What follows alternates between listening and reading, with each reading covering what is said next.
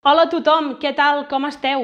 Sabeu quantes trucades hi ha hagut per violència masclista a Catalunya els últims dies? Avui parlem de masclisme i confinament. Entrem al Territori Z.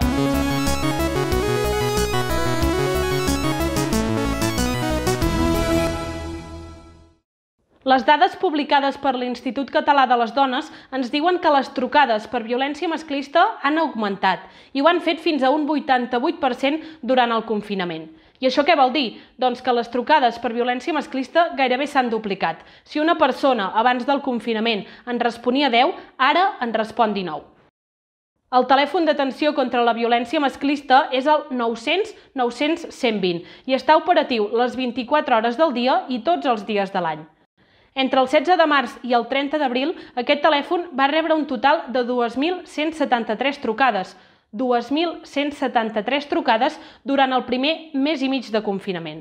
I aquestes dades són molt més altes de les que hi havia abans del confinament, perquè mentre que durant el confinament la mitjana és de 47 trucades cada dia, abans del confinament aquesta mitjana era molt més baixa, era de 25. I per què han augmentat el número de trucades? Perquè, evidentment, quan passes més temps amb el teu agressor, els conflictes també augmenten i no hi ha una via de sortida.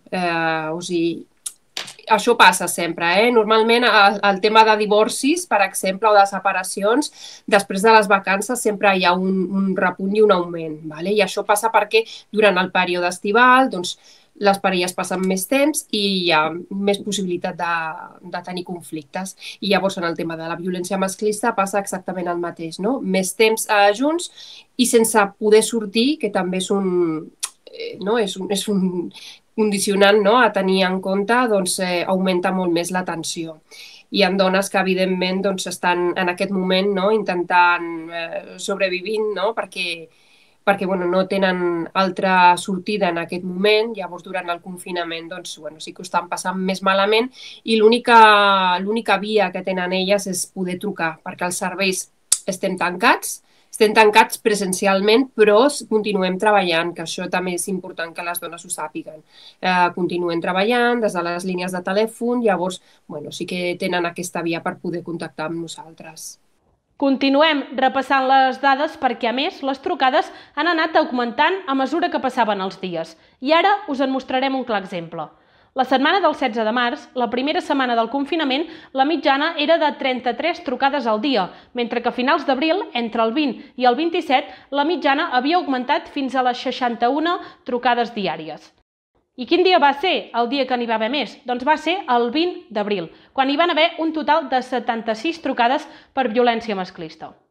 I una altra pregunta que us deveu estar fent és qui truca? Doncs 4 de cada 10 de les persones que truquen són dones entre 31 i 40 anys. I també 7 de cada 10 de les persones que truquen són les mateixes persones que pateixen la violència masclista. Finalment, un 32% de les víctimes viuen amb la parella i els fills.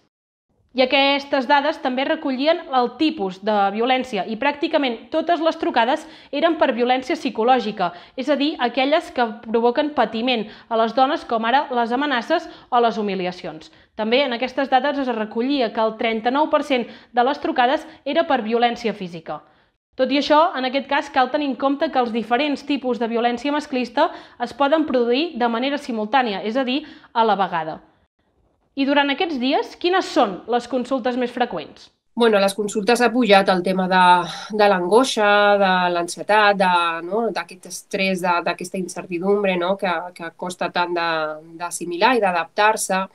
Insomni, molt insomni, també canvien els ritmes de tots. Això ja en totes les persones, no cal ser una dona que pateix violència, sinó en totes les persones ens ha canviat tot el ritme. Llavors, és fàcil que hi hagi temes de no poder dormir bé, hi ha moltes característiques també de cada persona, però sí que insomni, angoixa i sobretot en temes de les dones que jo tracto, hi ha molts problemes també a l'hora de si ja estan separades, si ja tenen el seu conveni regulador, doncs hi ha problemes a l'hora de tema de règim de visites, hi ha problemes amb l'ex per al tema dels fills, del règim de visites. sigui, això sí que hi ha bastant. I bueno, hi ha un servei de mediació de la Generalitat i bueno, estem derivant i tenim també la nostra advocada dintre del nostre servei i bueno, els hi derivo amb ella per veure, no, si es pot fer alguna cosa.